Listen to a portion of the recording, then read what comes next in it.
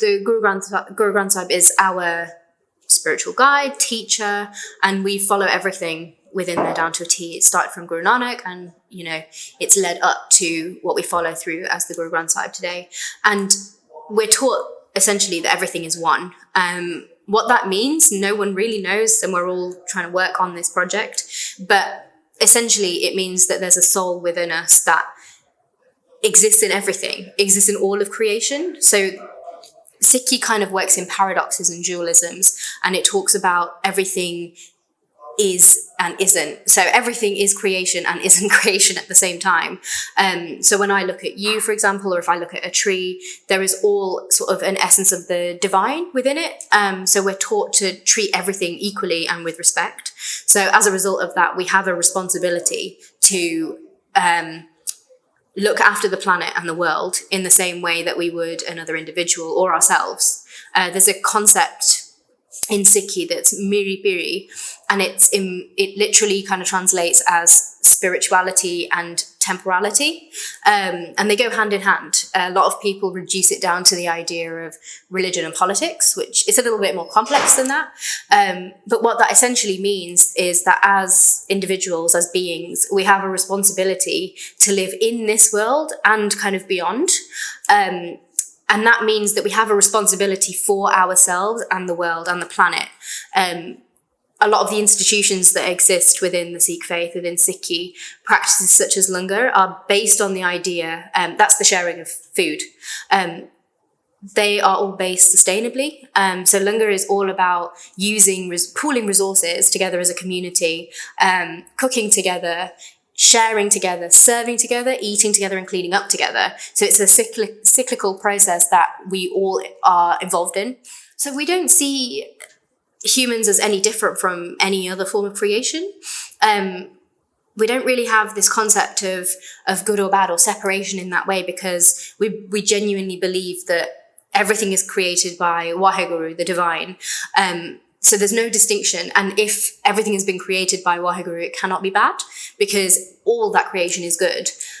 So humanity has a responsibility to protect creation. We don't think we have a responsibility to take over creation in any way, but we have a responsibility to look after it and protect ourselves as humans. We see our bodies as temples.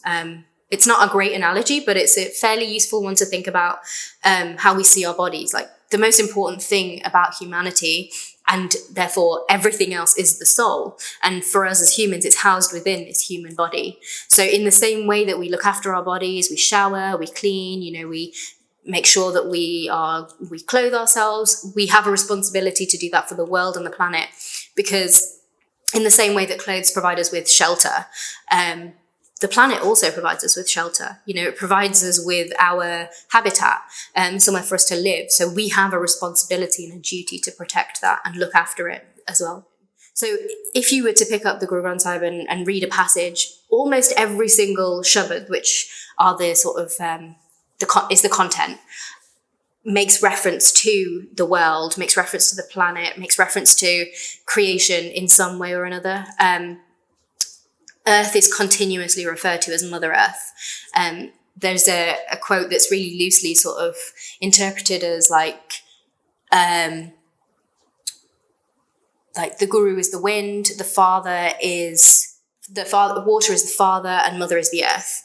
So that kind of gives you an idea. And the Guru Granth Sahib works through metaphor. It's a scripture written through poetry, and it's a way for us to interpret and connect in that way. So there's continual references to creation in there, and it's about your direct relationship with the Guru to connect, to try and understand your personal duty and responsibility towards the earth, and you take away from that what you should. So for me, for example, looking at earth as the mother is just as important as my own, my actual mother, my human being mother, for example. And the way that I would respect and care for her is the same way I should respect and care for the planet and for all of creation.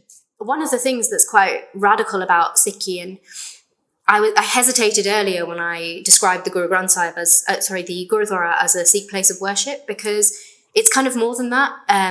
It kind of acts as a community centre. It's open to all. But there is a new move going forward now that is making these buildings kind of sustainable in their practice. But I think that that's something that can speak to the discourse, is that individual organizations and individual faiths actively working within their communities to make their community sustainable, which can then be filtered out. A lot of my non-Sikh friends that come with me to the Gurudwara are always astounded by the way that langar is practiced, and anybody can get involved. In fact, everybody's encouraged to get involved. That is langar. It's not actually the food, it's the institution. That's just an example of one institution within sort of Sikhi. But all of the institutions that exist within Sikhi practice sort of that same ideology. They're all about kind of communal, working together as a community. There isn't this individualistic kind of every man for themselves. It's about this shared brotherhood. And that extends to beyond humanity. So brotherhood involves animals, it involves the earth, it involves, the whole of the environment. It involves taking care of the planet as another sort of being, if you will.